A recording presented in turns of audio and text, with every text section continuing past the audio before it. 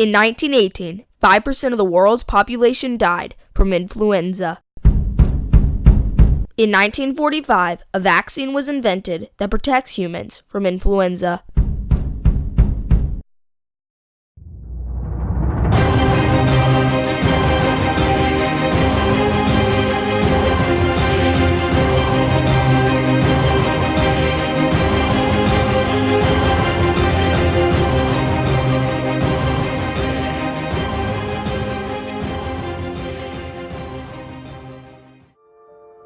A flu-like disease was described by Hippocrates as early as 412 BC. Flu first received its name in 1357 AD and derives from the Italian word influenza, meaning influence.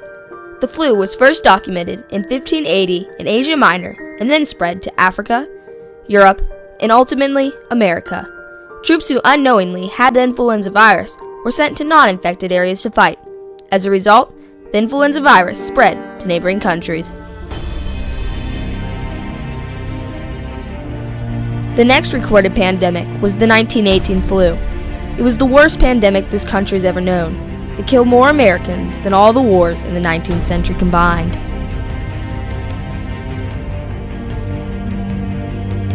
Most likely, the first wave of the flu began in the spring of 1918 at Fort Riley in Kansas. On March 4th, an Army private reported to the camp hospital with a fever, headache, and a sore throat. Within 3 weeks, over 100,000 soldiers were infected. Before long, many were dead. As the soldiers began to move to other Army bases, they took the deadly disease with them, spreading it to others. The movement of the disease across the globe can be traced back to these very soldiers from Fort Riley. The second and deadliest wave occurred in the fall of 1918 as soldiers were returning home from World War I. This tiny microbe had mutated and become more and more deadly. It was now a relentless killer. Dr. Victor Vaughn, acting assistant Surgeon General of the Army, received urgent orders to proceed to Camp Devens near Boston. The flu had arrived on the East Coast. The sight was horrific. Hospitals were full, no beds were available, yet soldiers crowded the ward. The infected soldiers continued to travel from one U.S. military base to another, spreading this deadly disease just by breathing. Soon it spread to family members, neighbors, and the general population. People took to the street to celebrate the end of the war. They participated in parades, rallies, and parties, hugging, kissing, touching, and breathing. The soldiers may have laid down their weapons of war, but they had brought home the deadliest weapon of them all, influenza, killing millions of people worldwide in just a few weeks.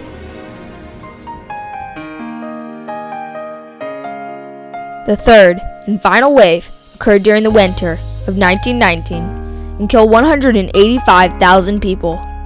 The 1918 flu pandemic spread quickly across the globe. When the flu finally released its deadly grip, estimates are that 20 to 50 million people were dead.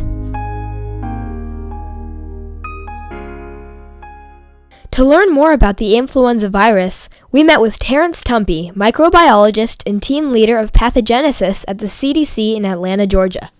The 1918 pandemic virus was exceptional, with estimations of anywhere from 20 to 50 million deaths worldwide, making it the worst infectious pandemic known to man. A real turning point in the history was the development of influenza vaccine that occurred in 1945 by Dr. Thomas Francis and his team that allowed humans to be protected against influenza. The attention of the world centered on the University of Michigan on April 12, 1955, when the results were made public. The report given by Dr. Thomas Francis confirmed that one of the greatest medical achievements of all time had been accomplished. He has been called a genius, brilliant, and because of his work and dedication in studying the influenza virus, Dr. Francis Jr. would be called by Time magazine in 1944 the #1 U.S. influenza man. After the 1918 flu pandemic, nearly 20 million people died. The scientific community began to devote themselves to finding a vaccination to prevent it from reoccurring. It would take a quarter of a century before the immunization would be licensed in 1945, becoming available for public use soon after. This turning point in history lies with a group of scientists and physicians teamed up with the United States military and led by Dr. Francis, a physician, virologist, and epidemiologist. In the early 1930s, Dr. Francis began to study the highly contagious viral disease, influenza, and became the first American to isolate the virus. Dr. Francis was appointed director of the Commission on Influenza of the U.S. Army Epidemiological Board in 1941. The United States military had a huge interest in an influenza vaccine, as half of its soldiers died not by enemies' bullets but by the 1918 influenza virus. During the early 1940s, Dr. Francis and his team conducted a series of daring experiments at the University of Michigan, involving volunteers from mental institutions and prisons. These experiments, which would be considered highly unethical today, were vital in discovering the flu vaccine. In 1955, the influenza immunization was made available to the public. However, before 1962, no formal immunization program existed. Vaccines were administered in private practices in local health departments and paid for out of pocket or by using state or local government funds. Due to the hard work, leadership, and dedication by Dr. Francis, a safe, highly efficient vaccine was developed.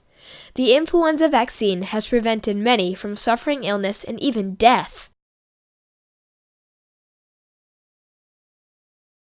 The flu vaccine is not without controversy, and many people oppose it. It is estimated that only 49% of the population will get the flu vaccine, and reasons vary from cost, fear, doubt of the effectiveness, and concerns over possible side effects. I've yet to get the flu shot. I'm afraid I'll get sick taking the flu shot, so I don't take the flu shot. Absolutely, we got flu shots. We're healthcare professionals. We're studying to be. I did not get a flu shot. You did matter not. of fact. Okay. I had a bad reaction last time. I have not yet, but I will shortly. I know people that have gotten the flu shot and have still gotten the flu. I don't know if I am going. I've never had a flu shot, so that's why I haven't got one yet. The only time I've ever done it, it gave me the flu. I'm opposed to the flu vaccine because there is no scientific evidence that they are safe or effective.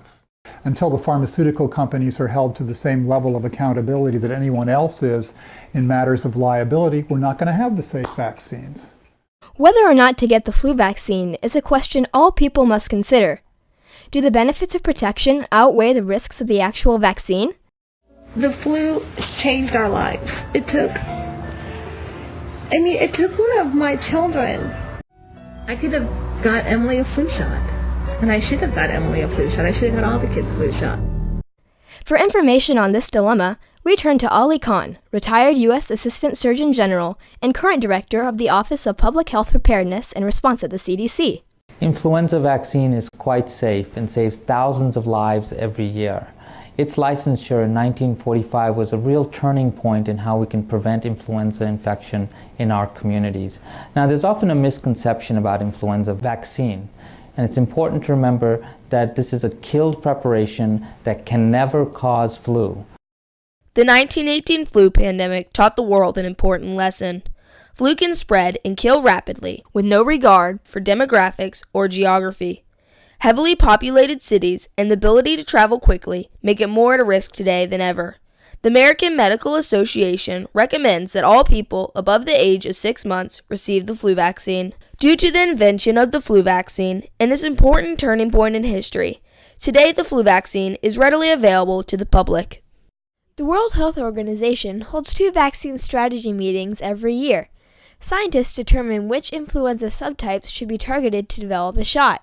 The flu vaccine, the only vaccine updated yearly, is effective against most strains and can greatly diminish the effects of flu symptoms. The flu vaccine was a turning point in healthcare of all people and greatly reduces the possibility of a worldwide pandemic.